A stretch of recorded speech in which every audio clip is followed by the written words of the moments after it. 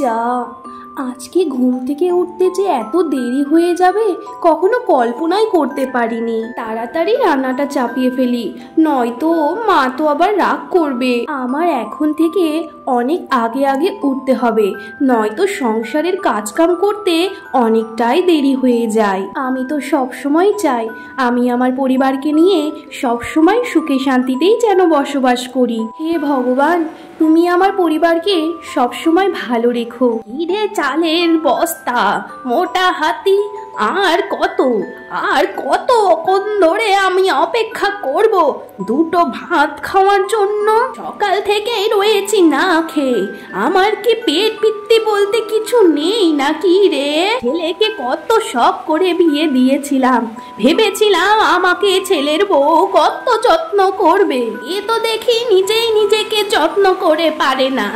মা, আপনি রাগ করবেন না, আমার তো রোজ দিন এরকম দেরি হয়ে যায় না। আজকে একটু ঘুম থেকে উঠতে একটু বেশি দেরি হয়ে গেছে। আর মা, আপনি বলুন না, আমি কি আর ইচ্ছা করে মোটা হচ্ছি? আমাকে আপনি একটুখানি সময় দিন, আমি কিছুক্ষণের মধ্যেই সমস্ত কাজ সেরে রান্নাটাও সেরে ফেলবো। ওরে শোন রে মোটা হাতি, তোর ওই একটুখানি সময় মানে যে অনেক অনেক ঘন্টা সময়, সে তো আমি খুব ভালো করে জানি। বাইরে তো কোনো মানুষের সামনে মুখ দেখাতেই পারি না, ঘরে তো আবার কোনো শান্তিই নেই। ছেলেকে তো কত করে করে বলছি যে বিয়ে কর আর একটা, বিয়ে কর আর একটা, ও তো আমার কোনো কথাই শুনছে না। মা, এসব কথা আপনি কি বলছেন? আপনি আমাকে যা ইচ্ছে তাই বলুন, কিন্তু আপনি আপনার ছেলেকে দ্বিতীয় বিয়ে করার কথা কখনো মুখ দিয়ে উচ্চারণও করবেন না। আচ্ছা মা, আমি কি মানুষ নই? আমার কি কষ্ট বলতে কিছু হয় না? গলা নামিয়ে কথা বল রে মোটা হাতি, গলা নামিয়ে কথা বল। শুধু একবার আমার ছেলেটা আমার কথা শুনুক না, দ্বিতীয় বিয়ে করার কথা। আমার ছেলেকে একটা সুন্দরী মেয়ে দেখে বিয়ে করিয়ে দেব। মা, আপনার পায়ে পড়ছি, এইসব কথা আপনি আপনার মুখ দিয়ে আর দ্বিতীয়বার আনবেন না। আমি খুবই চেষ্টা করছি যাতে আমার এই শরীর আর বেশি মোটা না হয়ে যায়। তুই তো শুধু চেষ্টাই করে যাবি, তোর এই 1 বছর পর্যন্ত তো 1 কেজি ওজন কমেনি। দিন দিন শুধু খাচ্ছিস আর মোটা হয়ে যাচ্ছিস। তুই যা খাচ্ছিস আর মোটা হচ্ছিস, আমার এই ঘর দিয়ে তো তুই আর ঘর দিয়ে বেরোতেই পারবি না। তোর শরীর তো আরো স্থূলাকার হয়ে যাবে রে। যা গিয়ে রান্নাটা কর, তাড়াতাড়ি রান্না কর। আমার ছেলে ঘুম থেকে উঠে এখনই খাবার চাইবে। আচ্ছা ঠিক আছে মা, আপনি যান, আমি এখনই রান্নাটা করে ফেলছি। আর মা বলছি শুনুন না, আপনি আমাকে বলছিলেন না যে আপনার কোমরের ব্যথাটা নাকি একটু বেড়েছে? আমি না আপনার জন্য একটা ওষুধ এনেছি, আমার কাজ ছাড়া হয়ে গেলে সেই মলমটা আপনাকে লাগিয়ে দেবো। ছেড়ে হয়েছে, অত আর আদিক্ষেতা দেখাতে হবে না আমাকে। তোর ওই আদিক্ষেতার জলে আমি ভিজবো না, তাড়াতাড়ি করে নে রান্নাটা। কি রে আমার সোনা বাবা খোকা, তোর আজ অফিসটা কেমন কাটলো রে? তোর মুখটা আজকে কেন এত শুকনো শুকনো লাগছে রে বাবা? তোর কি হয়েছে? তোর মাকে সব তুই খুলে বল বাবা খোকা। আর বলো না মা, আমার অফিসের আমার সমস্ত সহকর্মীরা আমায় নিয়ে খুবই হাসাহাসি করছিল। আমার বউ এত মোটা যে হাতের মতো হয়ে যাচ্ছে। আমি শুনেও তবু চুপ ছিলাম মা। তো ঠিক কথাই রে বাবা, তোর বউ যা দিন দিন খাচ্ছে আর মোটা হচ্ছে, ওকে দেখে তো আমারই অসহ্য লেগে যায়। পাড়া প্রতিবেশীদের কাছে তো মুখ দেখাতেও পারছি না আমি। সবাই শুধু জানিস খোকা, মুখ চেপে চেপে হাসে আমায় দেখে। আচ্ছা মা, মিনাকে বলো আমার জন্য 1 কাপ চা নিয়ে আসতে। আমার মাথাটা খুবই ধরেছে, আমি ওর সাথে কথা বলতে চাই না আর। বৌমা, ও বৌমা, আমার ছেলের জন্য 1 কাপ চা নিয়ে আসো তো দেখি। কোথায় গেলি রে মোটা হাতি? কোনোই তো সারা শব্দ পাচ্ছি না রে তোর। এই যে মা, আমি আগে থেকেই রান্নাঘরে চা করে ওনার জন্য দাঁড়িয়েছিলাম। আমি তো জানি মা আপনার ছেলের অফিস কখন ছুটি হয়। এই যে নাও গো, চাটা নাও, টেবিলে রেখেছি, আর খেয়ে বলো কেমন হয়েছে চাটা। তোমার মুখ দেখে আমার চা খাওয়ার স্বাদ একদম মিটে গেছে। তোমার হাতের চা আমি একদম খেতে চাই না। দিন দিন যা মোটা হচ্ছে তুমি, দেখতে খুবই বাজে লাগে তোমাকে আমার। দিলি তো আমার ছেলের মনটা একদম খারাপ করে দিলি তো। যা মুখ পুরি এখান থেকে চলে যা। তোর ওই চা নিয়ে তোর ওই মোটা পেটেই ঢেলে নে রে মুখ পুরি। ওগো তুমি রাগ করো না আমার পরে। আমার বাড়ির লোকের সাথে সাথে পাড়ার লোকেরাও আমাকে নিয়ে বড্ড হাসাহাসি করে। তুমি তো আমার স্বামী, তুমি অন্তত আমাকে একটু বোঝো। আমার আর দোষ কোথায় আছে বলো? সব দোষই তো তোমার। দিন দিন হাতির মতো কে কে মোটা হয়েই যাচ্ছ। বিয়ের আগে যদি জানতাম যে তোমার অবস্থা এত খারাপ হবে, তাহলে তো আমি তোমাকে বিয়েই করতাম না। তোমার জন্য এই পাড়াতে কেন, আমার তো অফিসেও অনেক কথা শুনতে হয়। আমার ছেলে জীবনটা তো এই মুখ পুরি পুরো তেজপাতা বানিয়ে দিল। কোথাও পড়ে মরে যেতে পারিস না রে মুখ পুরি। আমি আপনাদেরকে নিজের জীবনের থেকেও বড্ড ভালোবাসি। আমি আপনাদের ছেড়ে কোথাও যাব না, কোথাও না। মিনা, তুমি জানো না এই সময় আমি রাতের খাবার খাই? তুমি এখানে এইভাবে শুয়ে আছো কেন?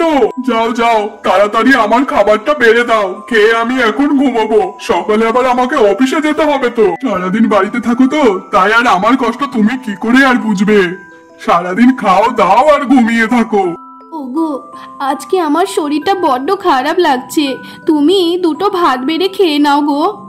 আমি আজকে একদম পারছি না, খুবই খারাপ লাগছে আমার। আর আমি জানি তো তুমি অফিসে অনেক কাজ করো, আর আমি বউ হয়ে আমিও তো ঘরে বসে থাকি না বলো।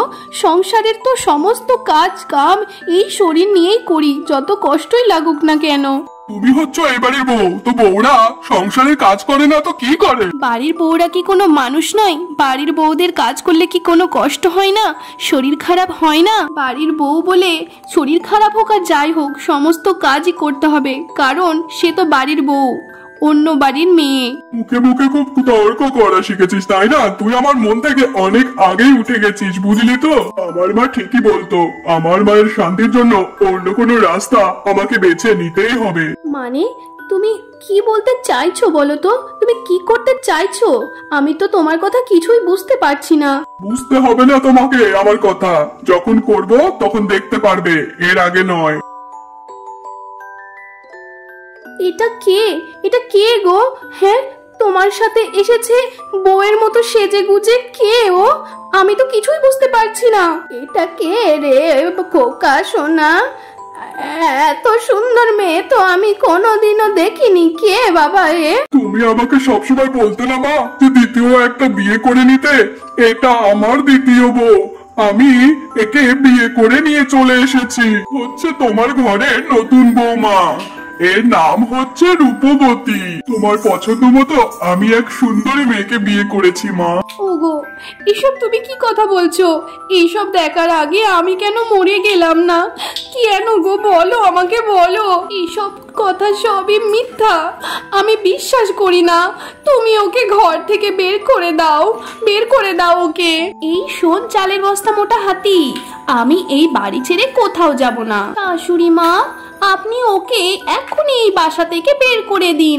আমি ওর সাথে একদম এই বাড়িতে থাকতে পারবো না। বিচ্ছিরি শরীর, একেবারে মোটা আলুর বস্তা, একেবারে বাজে লাগে তোকে দেখতে। আমাকে দেখেছিস কত সুন্দর রূপবতীর মতো দেখতে আমাকে। শুনেছিস আমার নতুন বউ তোকে কি কথা বললো? এখনই এই বাড়ি ছেড়ে চলে যা। আমি আমার নতুন বউ আর মা মিলে খুবই সুখে শান্তিতে এবার থেকে বসবাস করব। শুনেছিস তো মোটা হাতি? যা যা, আমার এই বাড়ি ছেড়ে চলে যা। এখন থেকে আমি আমার নতুন বৌমা আর আমার ছেলে নিয়ে খুব সুখে শান্তিতে বসবাস করব। চলে যা তুই আমার বাড়ি ছেড়ে, তোর ছায়াও যেন আমি আমার এই বাড়িতে না দেখতে পাই। আরে শোন, আমার বর আজ পর্যন্ত তোকে যা সব শাড়ি গয়না দিয়েছে না, ওইগুলো সব রেখে দিয়ে যাবি। বাড়ি, ওইগুলো কিন্তু সব আমার। ওইগুলো হাত দিলে না তোর আমি হাত কেটে রেখে দেবো বলে দিলাম। আমায় ছেড়ে যদি তোমরা সবাই মিলে খুবই সুখে শান্তিতে বসবাস করতে পারো তবে তো ঠিক আছে, আমি এই বাড়ি ছেড়ে এক্ষুনি চলে যাচ্ছি। হে ভগবান, আমি কতই না পাপ করেছিলাম যে আমাকে এইভাবে কর্মফল দিচ্ছ তুমি। ঠিক আছে, তোমরা সবাই ভালো থেকো। আমাদের পাড়ার লোকেরা আমাকে নিয়ে কত মজা করেছে, হাসাহাসি করেছে, তাতে আমার কোনো যায় আসেনি। কিন্তু আমার স্বামী, আমার শাশুড়ি, তারা চায় যেন আমি যেন তাদের সাথে বসবাস না করি, তাদের সুখের যেন ভাগ বসাতে না আসি। আমি চাই ওরা যেন অনেক সুখে শান্তিতে বসবাস করতে পারে, তাই আমি ওদেরকে মুক্ত করে দিয়ে চলে আসলাম। আমি আর যাব না ওই বাড়িতে, আমি আর ফিরবো না। আমি এবার সারা জীবনের জন্য এই জঙ্গলেই থেকে যাব। হে ভগবান, আমি কি এতই কর্ম খারাপ করেছি যে তুমি আমার কপালে এত কষ্ট লিখে দিয়েছো? কেন করলে ভগবান, কেন করলে? আমার স্বামী কেন আমায় ছেড়ে দ্বিতীয় বিবাহ করলো? তুমি আমাকে উত্তর দাও ভগবান, উত্তর দাও। কেঁদো না তুমি, এইসব ভগবানের লীলা খেলা। একদিন তোমার কপালে সুখ আবার ফিরে আসবে। তোমার মনের খবর সবকিছুই আমি জানি। কে আপনি? আপনাকে দেখে তো কোনো মানুষ বলে মনে হচ্ছে না। আপনার শরীরে ডানা গজিয়েছে, তার মানে তো আপনি নিশ্চয়ই একজন পরী হবেন। আপনি বলুন না, আমার এই কষ্টের অবসান কবে হবে? আমার আর ভালো লাগে না, আমি আমার সংসারে ফিরে যেতে চাই। তোমাকে তো ভগবানের এই পরীক্ষায় উত্তীর্ণ হতে হবে, তার আগে তুমি আমার সাথে চলো। তুমি একটা কথা জেনে রাখো, ওই পরিবার তোমার অভাব খুব তাড়াতাড়ি টের পাবে। তুমি নিজে থেকে ওই পরিবারে একেবারে ফিরে যাবে না, দেখবে একদিন ওরাই তোমার কাছে ফিরে চলে আসবে। এখন থেকে তোমার সব দায়িত্ব আমার। তাহলে পরি, আমি কি এখন থেকে এইখানেই থাকবো? আমি একটা জিনিস বুঝতে পারছি না, তুমি কেন আমাকে এতটা সাহায্য করছো? আমি সব সময় ভালো মানুষদের পাশে থাকি। তুমি এখন এখানে বিশ্রাম করো, আমি তোমার জন্য ঠিক সময় মতো খাবার পাঠিয়ে দেব, আর তুমি সেগুলো খেয়ে নেবে। নতুন বউ, আমি তোমাকে কখন থেকে বলে যাচ্ছি যে আমি অফিস থেকে এসে খুবই ক্লান্ত, আমাকে একটু চা দাও, চা দাও, কিন্তু তুমি তো আমার কোনো কথাই শুনছো না। বিয়ে করার পর থেকেই শুধুমাত্র এ কাজ করো আর ও কাজ করো। আমি কি এই বাড়ির চাকর হয়ে এসেছি নাকি? আমি আমার এই সুন্দর রূপ নিয়ে কখনো রান্নাঘরেই ঢুকিনি। আর তুমি কি করে ভাবলে আমার এই সুন্দর রূপ নিয়ে আমি রান্নাঘরে রান্না করতে যাব? রান্না করার জন্য আছে তো তোমার মা, ওকে গিয়েই বলো কেন চা খাবো যে। বিয়ে হবার পর থেকে একবারের জন্য তোমার হাতে রান্না তো আমি খাইও নি।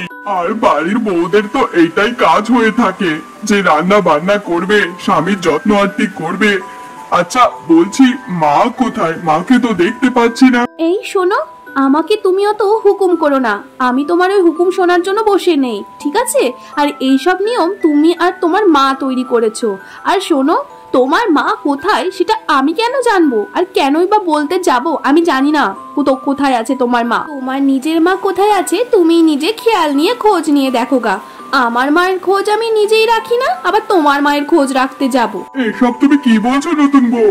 তোমার এই কথা তো আমি আমার কানকে বিশ্বাসই করাতে পারছি না যে তোমার মন এত জঘন্য। কি? তুমি আমার মনকে জঘন্য বলছো? তোমার এত বড় সাহস! থাকলো তোমার এই সংসার, আমি আর এই সংসারই করব না। আমি চললাম আমার বাবার বাড়ি, তুমি থাকো তোমার মাকে নিয়ে। এই কটা দিনে আমার জীবনটা পুরো নরক করে দিলই না। মা, কি হয়েছে তোমার? তুমি এইভাবে বিছানায় শুয়ে আছো, তোমার চোখে জল, তোমার কি শরীর খারাপ মা? আমার আর শরীর খোকা, সকাল থেকে জ্বরে পুরো পড়ে যাচ্ছি। বৌমাকে বললাম যে মাথায় একটু জলপট্টি দিয়ে দিতে, ও তো আমাকে যা নয় তাই শুনিয়ে দিল। আমার বড় বউয়ের কথা খুব মনে পড়ছে খোকা রে। আমার বড় বৌমা কত খেয়াল রাখতো, যত্ন করতো, একটু শরীর খারাপ হলেই পাগলের মতো করে যত্ন করে যেত। কিন্তু আমরা তো বুঝলাম না রে বাবা, ওকে তো সেই ভালোবাসায় দিলাম না, ও তো আমাদের ছেড়ে চলে গেল। আর নতুন বউ আনলি, এ তো পুরোই বাজে বৌমারে, একটু ভালোবাসে না। মা, মিনাকে ঘর থেকে তাড়িয়ে দিয়ে আমরা অনেক বড় অন্যায় কাজ করেছি। ও আমাদেরকে কতটা ভালোবাসতো বলো, এখন তো আমি ওর চোখে পুরো অপরাধী হয়ে গেলাম। মা, শোন বাবা খোকা, আমি কিচ্ছু জানি না। তুই আমার বড় বৌমা মিনাকে আমার ঘরের লক্ষ্মীকে ফিরে এনে দে, যেখান থেকে পারিস আমার ঘরে ফিরে এনে দে খোকা।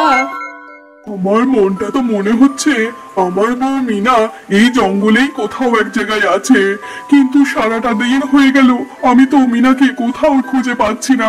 হে ভগবান, আমার বউ মিনাকে আমার খুঁজে দাও, প্রভু খুঁজে দাও। মিনা, আমার বউ, তুমি এই জঙ্গলে আছো? আমি তোমাকে কত জায়গায় কত রকম ভাবে খুঁজেছি, কিন্তু কোথাও তোমাকে পাইনি। তারপরে ভগবানকে ডাকলাম যে আমার মিনাকে খুঁজে দাও। অবশেষে দেখো মিনা, আমি তোমাকে খুঁজে পেয়ে গেছি। ওগো, তুমি কেন আমাকে খোঁজ নিতে এসেছো? কেন? তুমি কি আমাকে মেরে ফেলতে এসেছো? মেরে ফেলো আমাকে, মেরে ফেলো। এইভাবে বাঁচার থেকে মরে যাও ভালো। মিনা, আমি তোমাকে বাড়ি নিয়ে যেতে এসেছি। মা তোমার কথা খুব বলছে, মা খুব অসুস্থ। মা বলেছে যে আমার বৌমা মিনাকে তাড়াতাড়ি বাড়িতে ফিরে নিয়ে আসো। তুমি তাড়াতাড়ি চলো। আর ওই কালনাগিনীকে আমি আমার বাড়ি থেকে পুরো তাড়িয়ে দিয়েছি। মিনা, তুমি বাড়ি চলো। মিনা, তুমি আমাদেরকে ক্ষমা করে দাও, ক্ষমা করে দাও মিনা, আমাদেরকে ক্ষমা করে দাও। তুমি মোটা তো নও মিনা, তুমি মোটা নও, তুমি অনেক অনেক এই দুনিয়ার থেকে, প্রত্যেকটা মেয়ের থেকে তুমি অনেক সুন্দরী। তোমার হাতে পায়ে ধরছি মিনা, তুমি আমাদেরকে ক্ষমা করে দাও। গো, তোমরা যে আমাকে এই বুঝতে পেরেছো, এতেই আমি অনেক খুশি। আর তোমরা যদি আমাকে ওই দিন বাড়ি থেকে না তাড়িয়ে দিতে গো, তাহলে তো আমি বাড়ি ছেড়ে কোনোদিনও আসতাম না। আমি তোমাদেরকে তো খুব ভালোবাসি গো, তোমাদেরকে আমি বড্ড ভালোবাসি।